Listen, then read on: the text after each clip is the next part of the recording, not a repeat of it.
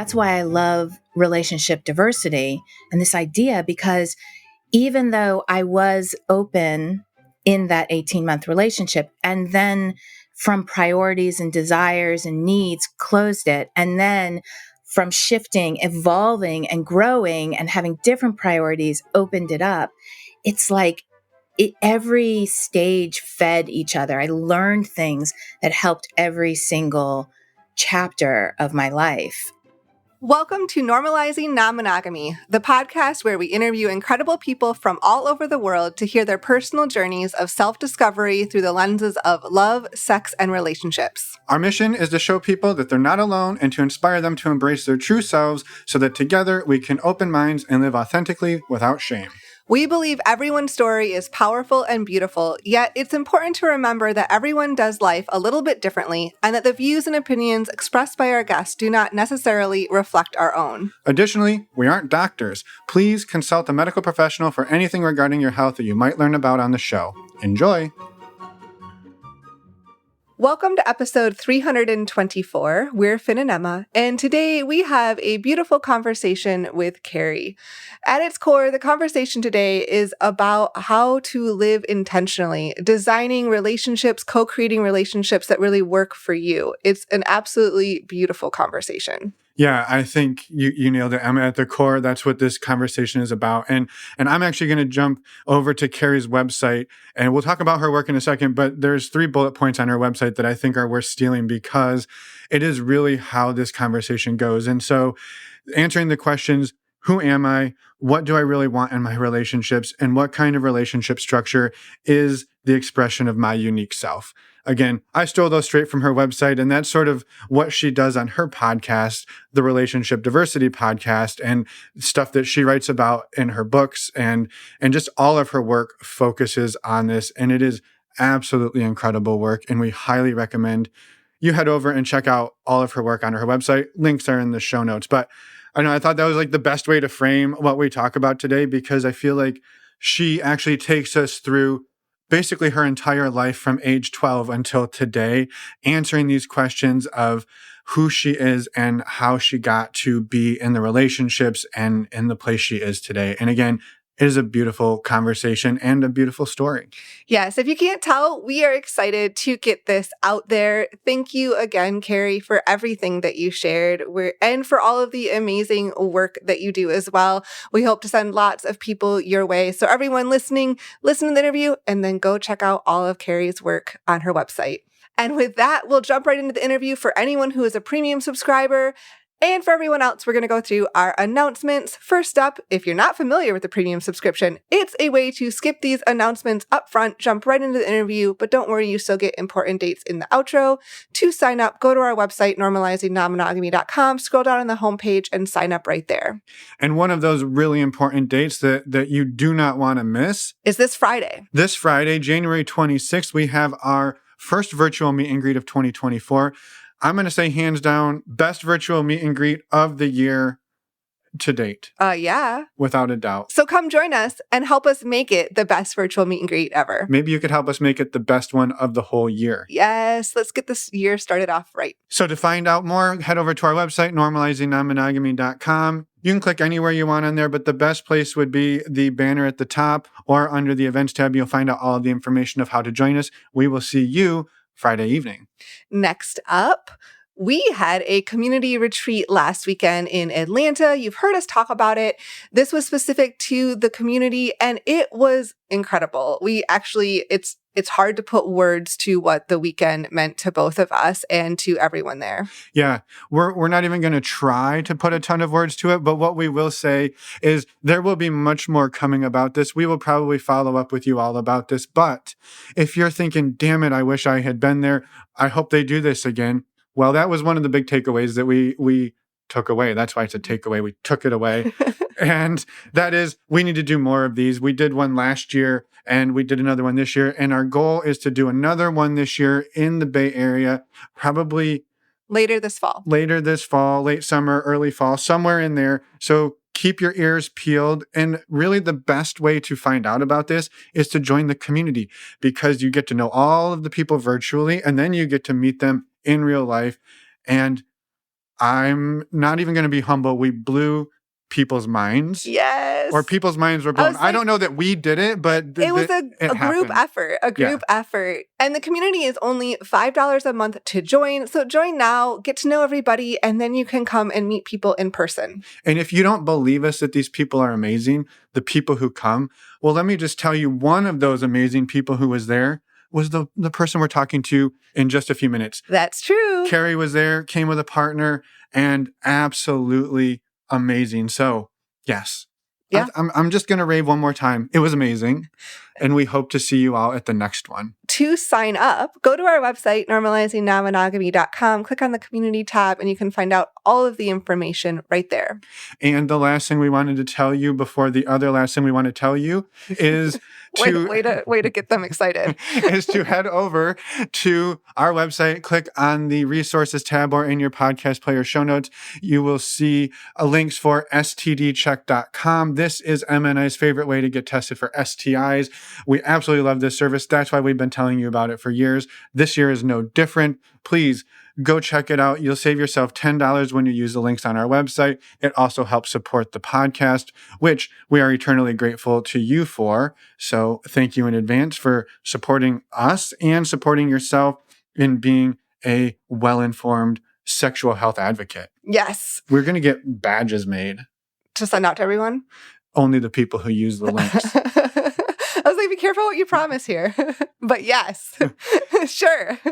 And that last thing was to send us an email, send us a voicemail. We would love to hear from you. We would love to have you come on the show. You don't have to be a best-selling author or a podcaster or anything. You just have to be you and want to come on. So and share your story. Share your story. You kind of have to be willing to share your story. That's the one requirement. It is. But you can also send us a question for our Ask Us Anything episodes. Yes, you can. And the next episode of Ask Us Anything is coming out this Friday. That's the 26th of January. So we will see you then. We'll see you doubly on Friday. Ask Us Anything and virtual meet and greet. Woohoo! That's a hell of a Friday. It is. It is. I should probably get ready for this Friday. What do you think? Yeah, probably. All right. With that, we are going to head into the episode. We will see all of you on the other side. Let's go. Let's go. Welcome to the podcast, Carrie. We're so excited to have you here today and get to know you a little bit better. Thank you so much for being here. Oh, thank you. I'm really honored to be here because this was one of the first non-monogamy podcasts that I listened to in the second chapter of my non-monogamy journey. And so this is a really important podcast for me in my history. So thank you for having me on. I love it. That's amazing. It is always fun when it comes full circle and people get to start their journey listening to us and then share it years or decades. Sometime. Yeah. Well, not decades. No, yet. decades. Someday. I was like, how long have we been doing this? Well, it feels like decades. Half a decade. In non-monogamy years, it feels like decades, I think. That's true. That's true. Right. Half a decade. That's totally fine. That's fine. That's accurate. So, all right. Well, welcome, Carrie. Do you mind introducing yourself for all of us? And then we get to go back to chapter 1 of your non-monogamy journey. Yes. So I'm Carrie. I'm a best-selling author, intuitive, relationship diversity advocate, and coach. And I'm also the host of the Relationship Diversity podcast, where I celebrate and explore all aspects of relationship structure diversity, from soloamory to monogamy to polyamory and everything in between. So I believe that every relationship is as unique as you are.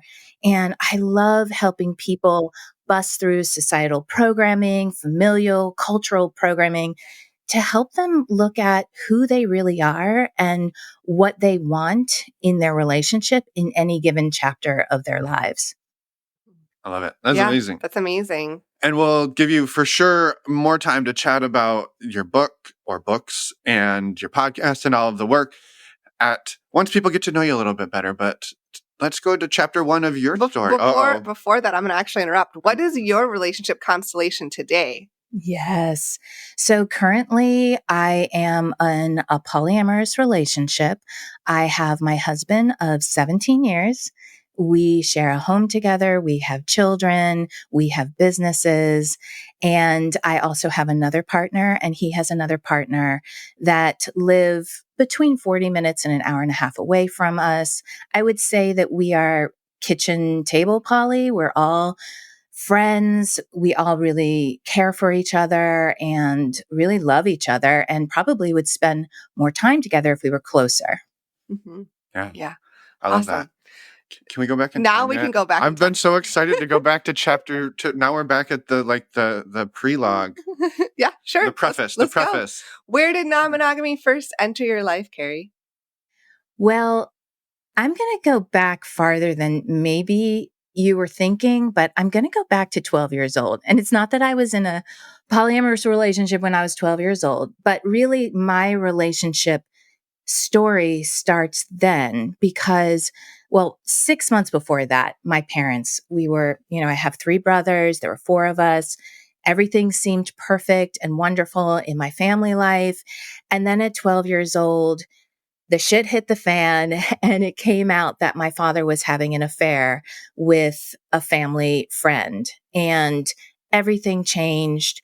And as a young preteen, that was really when I was building my relationship understanding, and where all the programs were starting to, build and grow. And so all through high school and college, I never really dated, but when I did, the guy always broke up with me.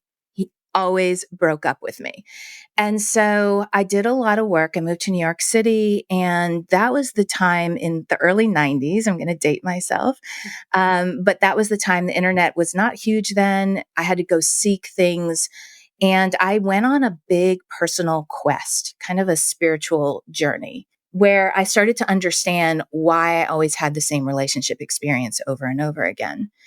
And I got into yoga and astrology and, learning about intuitive readings and all kinds of things that were non-physical. I did a lot of healing, and that brought me to my first husband. He was an intuitive healer in California. We got together super quickly. We were married. We were in a traditional monogamous relationship. And there were so many things that were beautiful about that I could see, like, oh, I've done all this healing to bring this person into my life. And we were together 6 years. We had a beautiful friendship, but we were not lovers. And we realized after about 6 years, well, he was the one that came to me as like, I think we could do better. I think we could have it all. So there again, I was broken up with, and it was pretty devastating. And at that point, I kind of hit a fork in the road, and I knew that I need to figure this out of what's going on, just like, what are the beliefs that are creating this? I did some deep, deep healing with a non-traditional healer. Within 3 months, everything changed. I was now close with my dad. I was calling in, I was just meeting very different men. That's the point where I met a man backstage at the show that I was directing. We fell pretty instantly for each other. We were both going through divorce. We were both kind of on this spiritual journey of understanding what led us to this life. He had confided in me that he had cheated on his wife for most of their marriage. Now, the me before the healing would have run a million miles away, but I decided that I actually wanted to rewrite my story. And so I said to him, I want to be in relationship with you, but we don't need to be exclusive. And this was in 2004. So I don't really even remember hearing about open relationship. I didn't really even know. I just knew that I wanted to take control of my story. I wanted to develop a relationship with him, but I didn't want lying. And that was my priority. So I said, you are fine to be with other women. Just tell me about it. And then I'm open to do the same. And so that was about an 18-month relationship. I learned a lot. It was really challenging. It was really, really challenging. I was with a few different men. He was with a few different women. After about 18 months, I reconnected with someone I had known in the company that I worked with. He had moved to where I was then, Las Vegas, and we fell in love. And that was okay, that relationship, I'm complete with that 18-month relationship, and it worked for him. He was having to move back to LA. And then my husband and I went into, well, the man, Lewis, who is now my husband, we went into a relationship. I was in my mid 30s. We were like, we're going to do the marriage thing. But there was always this agreement with us that we are not going to follow societal, cultural programming. Like, we're going to question everything and we are going to decide what we want to do that works well for us. At that point in the beginning, that was monogamy because we wanted to start a family. I was 36. We knew we needed to start a family right away.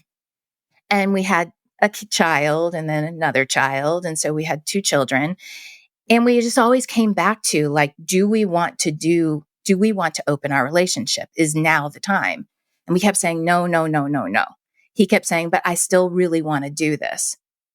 So there was one time in 2018, it was around when you all started your podcast. And I just kind of had this moment where I knew that if we didn't try it, and if I didn't come to the place where it was in this structure of a more, secure family unit, which was very different than my other open relationship, that we would regret it, that we just had to just try it. But how do we do it? So I just kind of put it away. And then at the beginning of 2020, a man walked into my life and I was like, holy moly, oh my God, what is this? And within a couple months, I went to my husband and I said, I'm really fallen for this guy. And nothing had happened. And I was like, I don't know what to do with with these feelings. And he's like, you should go talk to him. So that started that part of the relationship. And that was almost 4 years ago. Wow. Quite the journey. We have a million questions. Okay. I know that was long, but no, I love it. It was wonderfully said and shared. So yeah, I love that. I love that and we've heard this a handful of times where people are like, we're going to do this thing. We don't have a name for it. We don't have we didn't read any books. We're just going to do it. And I love that you and the first person you met that you kind of negotiated, you're like, look, the cheating, yeah, okay, that I don't want cheating, but I'm okay with the rest. And I think that's a huge hurdle. Like you said, you'd have gone running for the hills, but you obviously took that in a different way. Yeah, it was empowering. It really was. And again, like I said, it was a way of me rewriting my story and saying, I'm not that little 12-year-old girl anymore. I am a woman who has my own needs but I had to do that healing work before. And that was a real coming together with my father like I had never had before. And he said things that I wanted him to say to me when I was 12, 15, 20 years old. And when I did the internal healing, he didn't even know anything about it. It just shifted the dynamic. Mm-hmm. Yeah. Yeah. To see his infidelity in a different light. I think I had so much more perspective being married that I just could never have. I think my parents were put on pedestals like most parents are. And I just had no understanding about what a relationship, what goes into a marriage. I had a lot of judgments about his behavior. And also I felt very protective of my mom as the victim. And I have that in air quotes because that was just how it was all looked to me when I was very young. And so having gone through a marriage and understanding okay, even that was 6 years. And now my marriage here is almost, 17 years. You really start to understand that there's more to it than maybe I saw at 12 years old. Yeah, for sure. For sure. And that you can really dig in and understand what your parents were going through in some ways.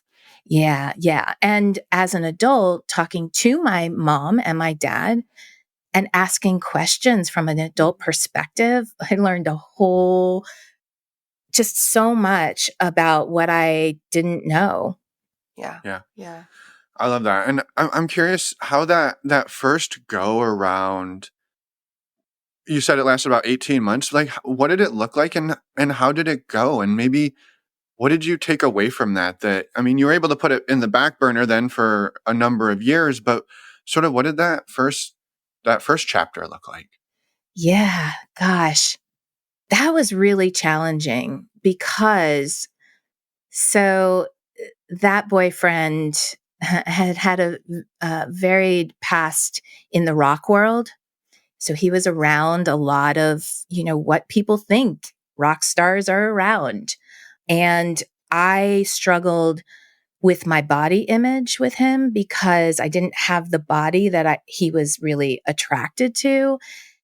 And I also think that in my first marriage, I was very scared about communicating because what I saw with my parents was like no fighting and everything seemed to be perfect. And then war and yelling, and then there was a divorce. And so the way that my brain kind of processed that was anytime that there was an argument, that meant that we were going to break up. And so what I learned from my relationship with this 18 months was about communication, that I could have an argument or I could have a disagreement. And it doesn't mean that we're going to break up. Like I learned how to, in the open relationship taught me how to be honest with what I'm feeling, how to communicate what's going on, how to communicate what feels good and what doesn't feel good, how to express, how I felt when he would come home and he said, I was with this woman, and I could learn how that made me feel and how to express it. So communication was like the big thing that I learned in that relationship, which brought me to my next marriage, because I don't think I could have been in the marriage that I'm in right now without without the communication skills that I learned from that 18 months of being open. Mm-hmm. Yeah, that makes sense. Like you need, you need that experience. You need that experience of learning those skills. And like you said, it's not easy. No, and I don't have it all figured out even now. So Exactly. It's a constant learning just to be process, right? clear, Yeah. but it helped. Yeah. Yeah. No, I love that. It was almost like you had I don't want to say a dry run, but you kind of you got to do it, and then you got to almost go back into, non-monogamy hibernation for a while, do the maybe what everybody thinks you should do, have the, build the nuclear family, and then revisit it with sort of like you get to pull that book out of the bookshelf and dust it off and be like, hey, where these skills still exist. And I also would imagine you brought them into your monogamous Mhm. partnership. Definitely. Definitely. And what when I look at like, the whole kind of, I guess it's 20 some years now, almost 20 years. I love to look at just the chapters and priorities of my life.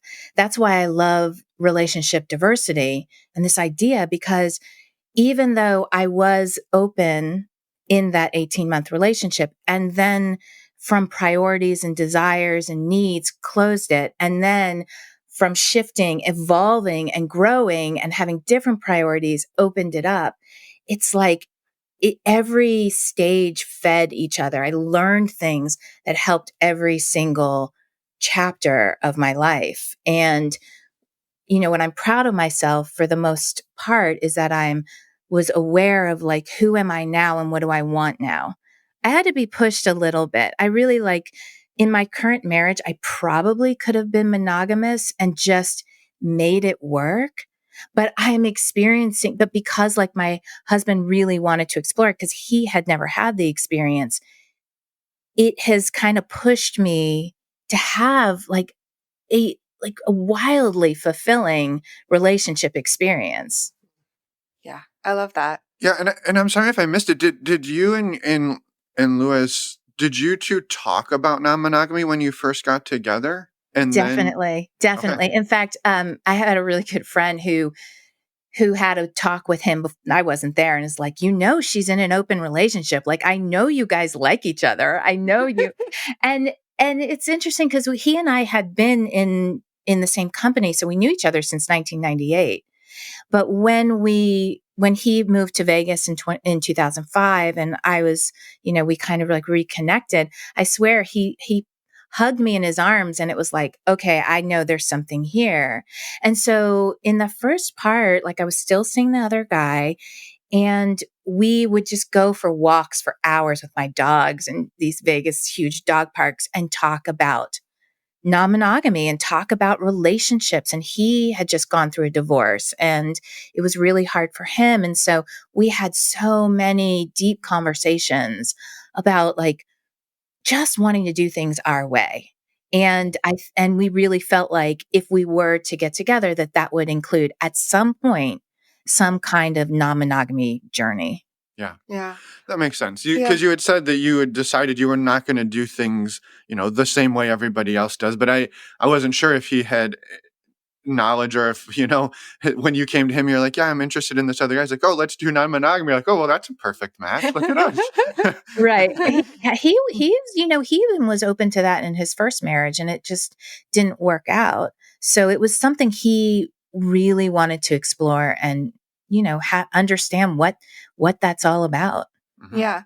But it sounds like too, like I love that you two had those conversations before you even really defined your relationship, like in the very beginning, and had those deep, emotional conversations about all of that. Like, well, this is what I'd like, and this is where I'm at. And, but then you decided to really focus on your relationship and in some ways build that secure foundation with each other. And then, but each trust that eventually you'll have an opportunity to explore. Like that could be really hard to trust if like, no, I want it now. It's totally hard. And I will tell you, there were moments where it was like, we got to do this. Like we're getting into our late 40s now. Are we going to do this? And it's like, I don't know. I don't think it's time yet. So there were those sticky moments that you talk about where it's like, we should do this. Well, but I'm not ready. And a lot of that was, I had postpartum depression after my first son, and it was a really hard birth, and the baby phase is not my strongest and most enjoyed phase of childhood, of raising children. And so I was so lost until at least, my kids were maybe 7 and 3, that there's just no way I could even emotionally regulate my life to bring something like that in. Yeah. Yeah. And knowing that, like being aware of that and setting those limits of say, no, I'm not ready yet, but that's not a no forever. I will get there. I'm doing the work to get there, but this is where I need my focus to be, and to work with your husband on that and work together on that. Yeah. And it wasn't always that beautiful. Yeah, right. Right. Yeah, I know. I understand. We're all humans and It was pretty icky at some points, but whatever, the hormones. it just shows that we're all human. Yeah. Well, I mean, without digging into all of your dirty laundry, I'm curious, like some of the icky parts, did that? Because I mean, I'm trying to think about this gap of from non-monogamy, monogamy back to non-monogamy. And this isn't to say that non-monogamy is better and you have to be striving for it. And you were more evolved and then you devolved for a while, but Yeah. you were just in different phases. But I'm curious throughout that, did you feel that pull or did it come up from his side? Because it sounds like he was also sort of interested or quite interested in having some of these experiences. Or did it just really kind of go away for a while? I think it went away for a while because of time restriction, just time and emotional just bandwidth. Mhm. We, my husband is pretty amazing in that he always wants to be learning and growing. So, he was working full time at Blue Man Group. He was also getting his helicopter pilot's license and getting a Bachelor of Science degree. And, I was taking care of a very spirited little boy and also doing a coaching business and energy healing and massage as much as I could. And we were just like doing too much. It was just overloaded.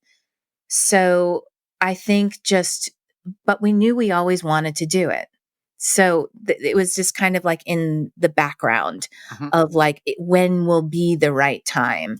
And it really had to do with, I think, where I was, because I just couldn't handle I just didn't feel like I had a life outside of raising kids. And I just couldn't, like, I didn't even feel sexy or like a woman. I just felt like a mom who was merely surviving and barely at that. Mhm. Yeah. Yeah. Yeah. Does not feel like the right time to, to try to open your marriage as well. No, I wouldn't well, it didn't work for us. I don't know. Maybe it might work for some people, but I'm sure that there are definitely people out there that I'm sure it works, but yeah. And so you come back home one day and you're like, hey, yeah. there's this person I'm falling or I've fallen. And Lewis is like, okay, let's do this. But those are great things to say. How did you two actually, what did it look like? Oh, it was so terrifying. I just kind of like think back and like viscerally remember that moment where, I told him that how I felt and he was like, okay, let's just go for it. And then it was like, okay, now I got to tell this other guy how I feel. And I'm so scared. And he was married at the time. And I didn't know, like, I knew that they were kind of into alternative healing modalities. And this guy was a massage therapist. So we started trading together just as friends. And so we were hanging out. It was like right at the beginning of COVID. So there was like that whole added thing of like, we want to do a massage trade, but have you been safe? Who have you been around? All that kind of stuff. And so I just told him one day I wanted to talk to him. And I just remember sitting in my little massage room and telling him kind of the whole story that I just told you, and how I have feelings for him and I don't know what to do with it. And I just felt like I needed to tell him. And he was, he had felt the same way. And oh God, that just like, it was so scary, and it was such a long process because there were a lot of conversations with his wife, and everything was open, and I wanted everything to be open. I was like, I'm not engaging with you until everyone knows. And it's not like he ever wanted to hide. It was just like a scary thing, to bring up like with his wife. And and they had talked about it before, so it wasn't completely out of the blue, but they weren't in the best place in their relationship. So anyway, it was a really long, long journey of me having conversations with her alone and conversations with him, and a lot of talking before the actual like launching of it. When you say a lot, are we like days, months? We're I'm just probably curious for people to talking, give a little perspective. That's all. yeah, we're probably talking 2 months maybe. Yeah. Yeah. Of continual conversation and moments of, this isn't going to happen. Oh, wait, it might happen. This is not going to happen. Oh, wait, it might happen. And then, Lewis hadn't really met anyone. So there was like that dynamic as well. And COVID. And there's another Yes. dynamic. Oh, that little thing. Yeah. Yeah, which makes it even harder for Lewis to meet anybody too, for anybody to meet anybody. Definitely. Definitely. Yeah. And then, the kids were home. We were homeschooling, which was really hard for me. It's like, I absolutely love my kids, but they are better in school. And they would say that, and I would say that. And so there was a lot going on during that time. Yeah. Mm-hmm. Yeah, I love that. And I appreciate you sharing. Like, I asked about the timeline because I think there's, right. Some people are like, yeah, we talked for a long time. And then you're like, oh, well, how long? Oh, it was like 2 days. And you're like, whoa, okay, that's pretty fast.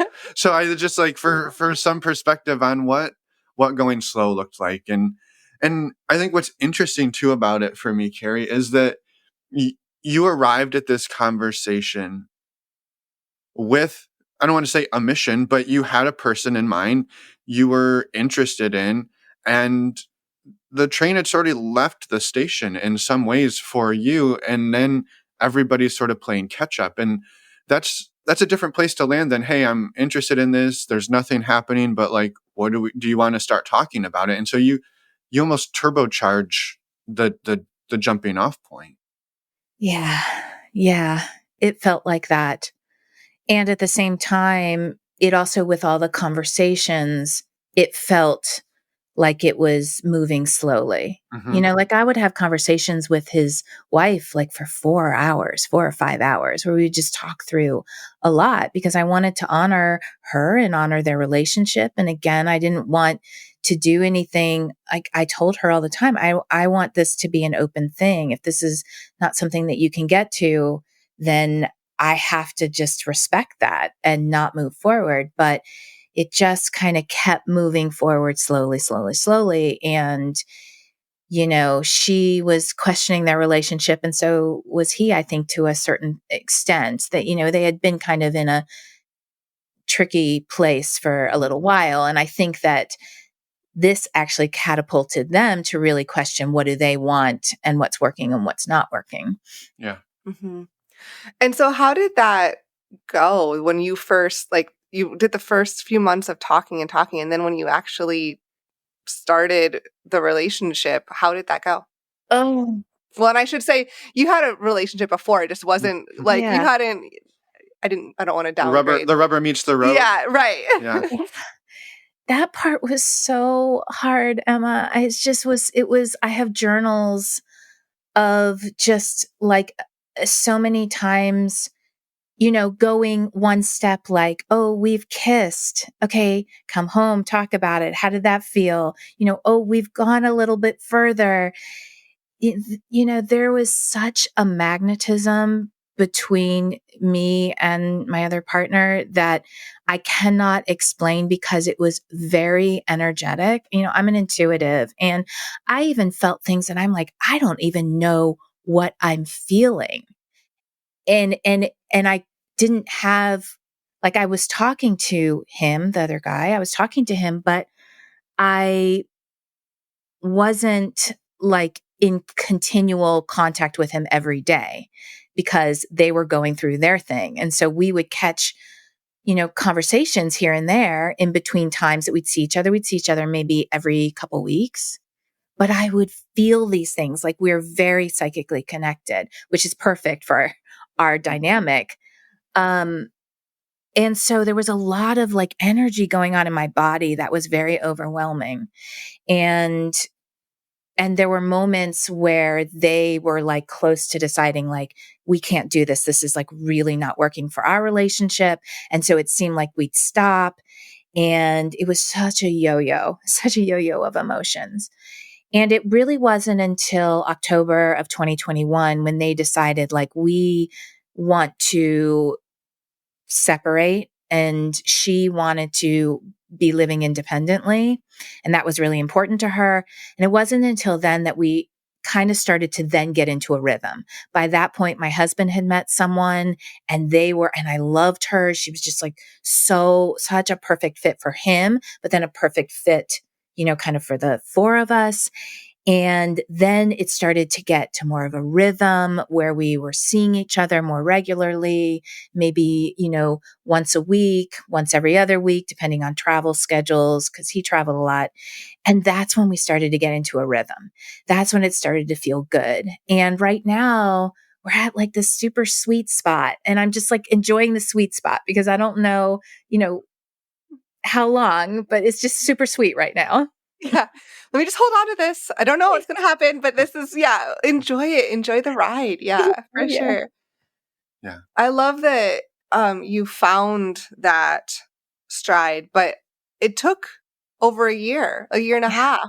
It really did. And it took several times of me saying like, this is not working for me. This is too much. I can't handle this. Let's stop. And then, he would kind of come in and say, no, I don't want to stop. We're going to figure this out. It's really uncomfortable right now, but just stick with me. And so there was a lot of very uncomfortable feelings. Just uncertainty was the main thing. And we just kind of kept, showing up and doing the work. Yeah. Yeah.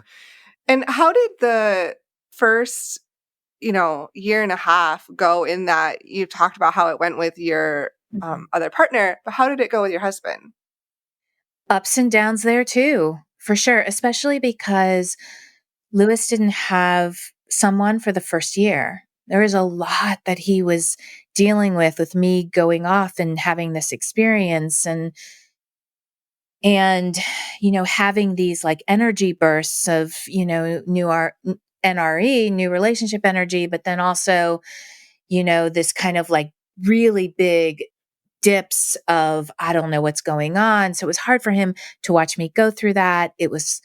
He was really scared because if you think about it, the open relationship that I had at first, I met him and then I was like, okay, I'm done with that. So that was kind of my history. He was really nervous about that.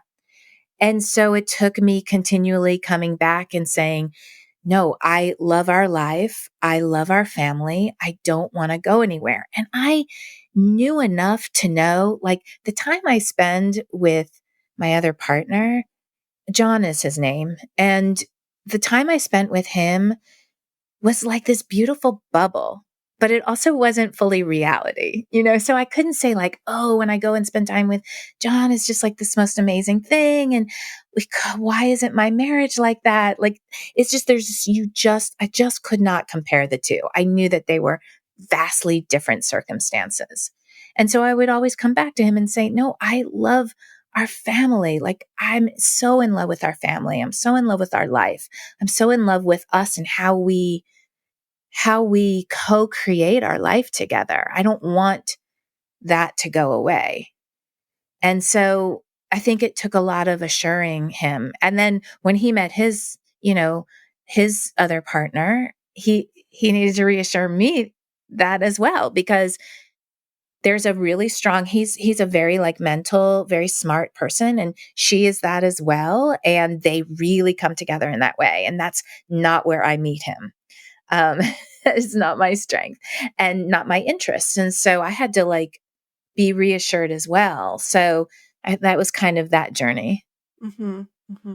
Yeah. I love that you say that, Carrie, because I think that there's a few times in there where there's I think often the pull to make multiple things the same, right? The new partner, well, it's not fair if I just see this person and it's a vacation. Like, where we make these, I mean, we've done this, right? We say that like, well, we can't compare them. It's not fair. So we should be doing more of the hard stuff with other people, or we should bring more of the easy stuff in. And we need to make these two very different things look as close as possible. And I love that you were able to early on draw that distinction and say, this thing with John, like, it's amazing, it's deep, it's real. You're not saying it's fake, but it's definitely different. I'm not building a home. I'm not building a business. I'm not building a family. Right. And we don't have all of those, parts. Like, seriously, the amount of like, balls that we have in the air, Lewis and I, is pretty crazy. And our boys are like so important to us. And especially because like I've always wanted boys because I want to help to rewrite the, masculine narrative. Other they can be whatever identity that they want. They are currently, identifying as boys. And I really wanted to raise conscious, aware, compassionate boys into men that know how to communicate and, express feelings. And so we take a very active role in our children's lives. And then, I have my own business, he has his own business, and we have a business together. There's just like crazy how I don't even know how we get to the end of the week. And most of the balls stay in the air. Yeah. So there's a lot. And, I think we do I think we do a really good job of it, I would say. Yeah. Yeah.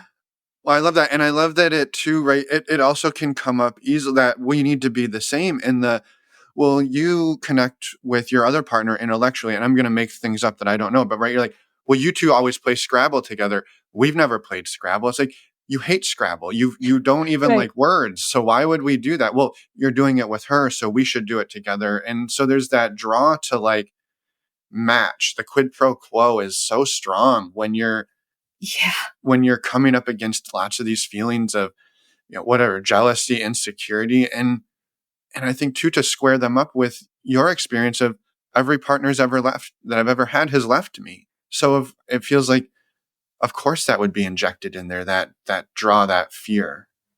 Yeah. And, I think one of the things that helped me with what you were saying about, this like quid pro quo, like if you like my husband's, dream vacation, one of his dream vacations is like going to London and going to a museum and spending days there and reading all the plaques. And I'm just like, that would be really hard for me.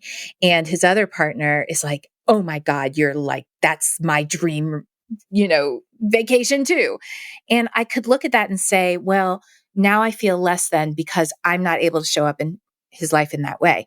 Or what has helped me is to say, but how do I show up? That is like so uniquely me. That really works with our relationship. That is something maybe he doesn't get from his other partner. And if I can know what that is, acknowledge and really embrace that, then I find my place in his life. And that really helps me feel not like inadequate in some areas. It just helps me feel like we have this place where we show up and make our unique relationship. And then they can have their unique relationship. And then I can say, I am so excited that you have someone to go to the museum for 3 days and read all the plaques with. Like, I am so glad. And that's not me. I don't have to be that person. And that's like, yay. Yeah. Yeah. I love that you say that. And I think what is amazing about the open relating is that you can still choose to go, right? You could be like, well, I don't really like museums. I don't really want to sit and read all the plaques, but I want to go because I want to be in that with you. Or you can say, well, hey, I don't necessarily want to do all those things. This one, you go off with this partner. Or I'm going to go to London. You go to the museum. I'm going to go to do my thing and we'll see each other. Like then you open up a world of many, many possibilities. Exactly. And I think that also creates a more fulfilling life. It's like it would be okay if he went by himself or I went with him, but like, can we bring even more pleasure and more fulfillment into our lives? Yes, we can. And it doesn't mean that there might not be jealousy when I see them, I don't know, by Big Ben or I don't know, somewhere that I would maybe want to go with him. Like, that's okay too. That happens, normal. But there's also like an excitement that he's got this opportunity to have a fuller experience in life. Mhm. Yeah. Yeah. Yeah. And it that at the core though, that takes knowing a lot about yourself Yeah. and your interests, your desires, your wants, and then communicating them and working with your partner on that. But it starts with yourself, right? That is like you just summed up my podcast right there. That's like my message to the world. Yes. Yeah. It is all about really owning me and just like not owning, but wanting to know and have it be the priority to know myself. And I'm always evolving. So the me here in sitting in front of you in 2023 is very different than the me in 2020, the me in 2017, in 2008 when Lewis and I got together, in 1997 when I was in my first marriage, like so different. And so it really takes intention and attention to, and I have things that I do that help me stay connected to me. I have just self-care. I do yoga every day, and it's not about the yoga. It's about like, that's the moment I sit on my mat and I go, what's going on with Carrie today? What's happening? What am I feeling? It's just, I know I have that every single day. So I'm really big on self-care and like how to come up with something that you can do every day to connect with who you are, because it's changed my life. It's like allowed me. The 2017 me had no clue who I was. I was like a over, crispy mom who was just putting out fires. And the time I spent to get to know myself again was just really powerful. And like I lead all of my clients through that. That's just like, it's the most important thing to get to know who you are. Yeah. And I love that you touched on it, that it changes and can change throughout your life. And so you may feel like you know yourself really well. And then 5, 10 years from now, look back and you're like, oh, wait, I lost track of myself and it's changed. Where am I now? And I got to do this work all over again. So it's Yes. continual, it's a lot of work. And Yeah. it's so important. It is a lot of work. I always say it's not for the faint at heart. I mean, really, if like, but it's so worth it. That's the thing is like, just takes a lot of work, but really worth it. Yeah. Yeah. I love that. I love this whole piece. And I think there's a part in here too that is simultaneously also really hard work, which is to recognize that Emma is not the same Emma that Emma was when I met her in 7th grade or when we graduated high school or college or those first jobs or like then. And so like the whole time I'm sitting here going, but I'm somebody new today, having to remember that she's not in a museum with a plaque on her.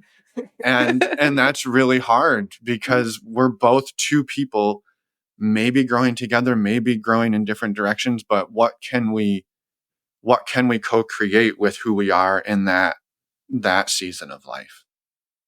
Yeah. And there are no promises, it's Mhm. like, I think although my divorce was really, really hard, it showed me, I basically faced my biggest fear Mhm. through going through that divorce.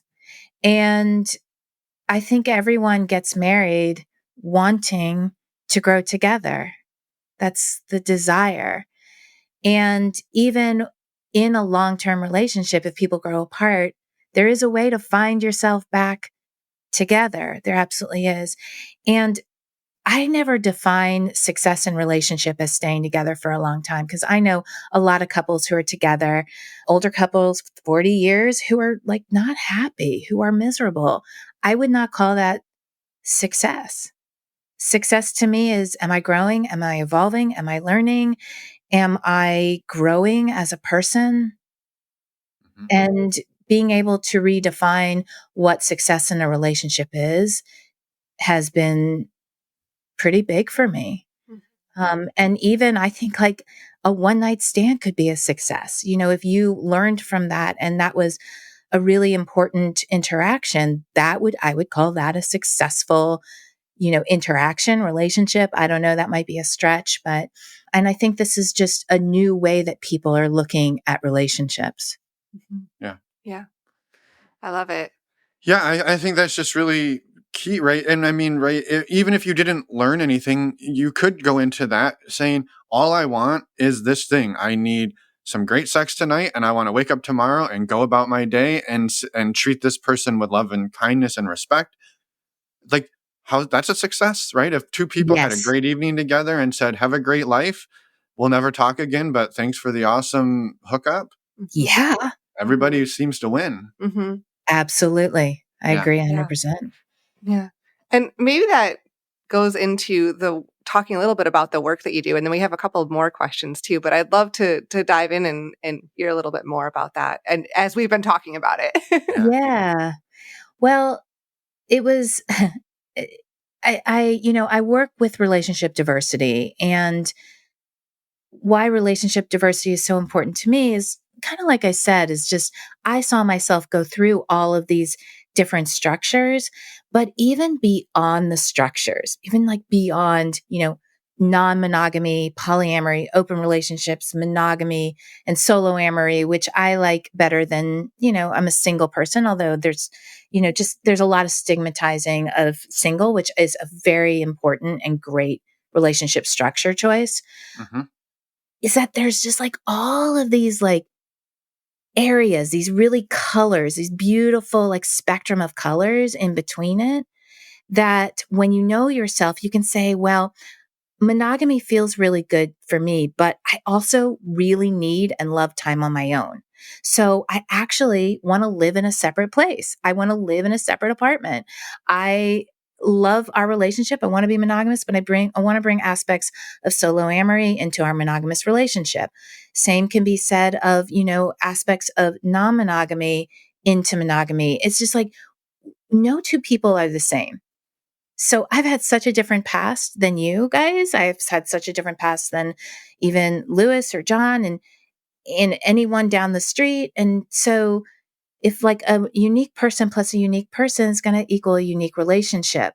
So let's just like let all of the shoulds go and learn how to design the relationship that is in most alignment with you. So that's a lot of what I talk about. But it starts from getting to know yourself, to know what you want, and then learning how to communicate it. And so I have my podcast. I started in 2022, September of 2022. And that's just been such a creative outlet for me. And I just love connecting with people and do some coaching here and there. But my theater roots, is all about like creativity. I just want to like be creating things. I like creating meaningful content. And so I'm going to be venturing onto YouTube this year. And you and I have talked about that a little bit. I don't know. I'm going to do it. I'm going to bring like a video component to my podcast and hopefully be able to engage with people a little bit more, answer questions, and, engage with people to help them really just release all those societal expectations and do what they want to do that's in most alignment with who they are. Mm-hmm. Mm-hmm. I love it. Yeah, I love that. I think one of the things that I love about these conversations is you say something like, well, maybe it makes sense for two people to not live together. And I think that immediately, if you were to tell somebody that, yeah, my wife and I, we don't live in the same house, like, what? Oh, you must not, they're not very close, right? You immediately draw assumptions versus like, what if the thing that was actually driving a wedge between us was the fact that we shared a roof or shared a bed or name the thing that we share that we just don't share very well. And we're like, let's remove that pain point and see what happens to our relationship. Yes. Yes. And this is like I am so passionate about destigmatizing these kinds of things because there is an instant just assumption. Oh, well, you don't live together. Well, there must be something wrong. Or like that, how can you guys be in a close relationship if you're not living together? It's just so many judgments that we have been just like slowly seeping into our subconscious. And that's something that Lewis and I really had to deal with is like when we get to maybe a next level of this journey, we really have to ask ourselves, like, what is this really what we think? Or is this what we've been told to think? And it takes a lot of picking apart because there's like tricky ways, that these beliefs come into our subconscious. Yeah. Mm-hmm. Without a doubt. And I, as you were sharing that, I thought of the flip side, which is, and this one I think often gets overlooked, which is we're divorced and we live together. We're divorced and we have a child and we live together and we co-parent that kid. Most people, there's not many divorce lawyers out there going, well, hey, once you two get a divorce, have you considered maybe staying together in the same home and raising your kid? Like that is not in most people's worldview as an option. Mm-hmm. Right. Right. I hope that within 10 years, maybe 5, maybe 2, that will really shift. And that is like such my passion is let's stop judging other people and look at where we can have more fulfillment in whatever structure. Like if we both, love our kids and we co-parent really well, why not live in the same place? Like why not design something that will really work well for us and our family and that feels good to us? Mm-hmm. There's just so much potential if we can just question and let go of all this programming. Mm-hmm. Mm-hmm. Yeah. Which takes a lot of work to do, but is so important. Takes courage too. It takes courage to be It able does. to, address someone who says, why would you ever do that? Yeah. Yeah. I mean, I hear that all the time. Yeah. I heard like, why don't you just divorce your husband if you are really enjoying this other partner? It's like, well, why? Yeah. Yeah. I don't Why have don't you do to. that? But the Yeah. programming of monogamy says those two things can't coexist together. Yeah. Yeah. Which leads me to my next question of how do you navigate relationships with others in the world? Like, as far as how open are you Yeah. with your dynamic? So before my podcast, I went to Lewis and I said, I have to do this podcast because I have so much privilege in my life that I have to speak about this. So that means we need to come out to people. And we were like, oh shit. Okay. So we came out to our parents. We came out to our siblings. We came out to our children. We came out to our very good friends and a few other people. We live in a very small town. I'm not necessarily out, but we're not necessarily in. I mean, I guess anyone could listen to anything that I talk about. No, but definitely not something I would go down the streets of my small town, in our little polycule. I don't necessarily feel comfortable with that. And a lot of it is, I want my kids to feel safe in their environment as well. So the cool thing is that all the important people in my life and in our lives were so accepting and loving. They know us well enough to know that we never really follow the norms in our lives. We were both in theater. Lewis and I were in theater, and we always explored things. So they kind of, they weren't surprised, but it also took conversations specifically with our parents who were worried about our relationship. And, but most everyone else, even our kids, are just like, okay, like that's, I don't necessarily know that like our oldest wants his friends to know, but he's in high school. So you understand that. But I think that they understand, and we've all hung out together a few times, not a lot. But they know and it felt really good for us to come out because we would go to overnights. And in the beginning, they were younger, but still in the beginning, it's like, I'm going to go spend the night with my friend. And it's like, I'd never done that before. And it just didn't feel right for us to have that experience. And so, it was a beautiful conversation we had with them, and the way that we brought it up, I'm really happy with how we did. And they were understanding and thoughtful about it. I love that. And I think sometimes the best reaction is kind of no reaction. That just, let's not make this a big deal. And like, is it great to be celebrated? Yeah, it is. But it's also nice to just feel like what you're doing isn't worth front page news sometimes. Yeah. Yes. Yeah. Yeah. I love Yeah. that. Thank you for sharing.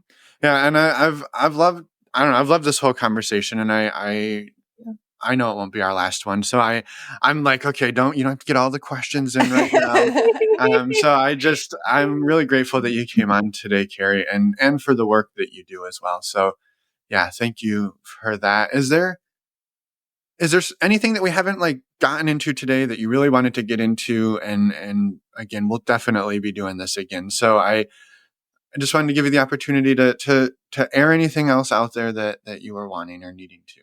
Yeah, well, thank you both for having me on. It's like I said in the beginning, it's very full circle for me. And I feel really honored to be sitting here talking with you all, and the work that you have done to normalize non-monogamy from, 5 years ago is really huge. And I think that it paved the way for me to be able to talk about it in the way that I have. So thank you for that.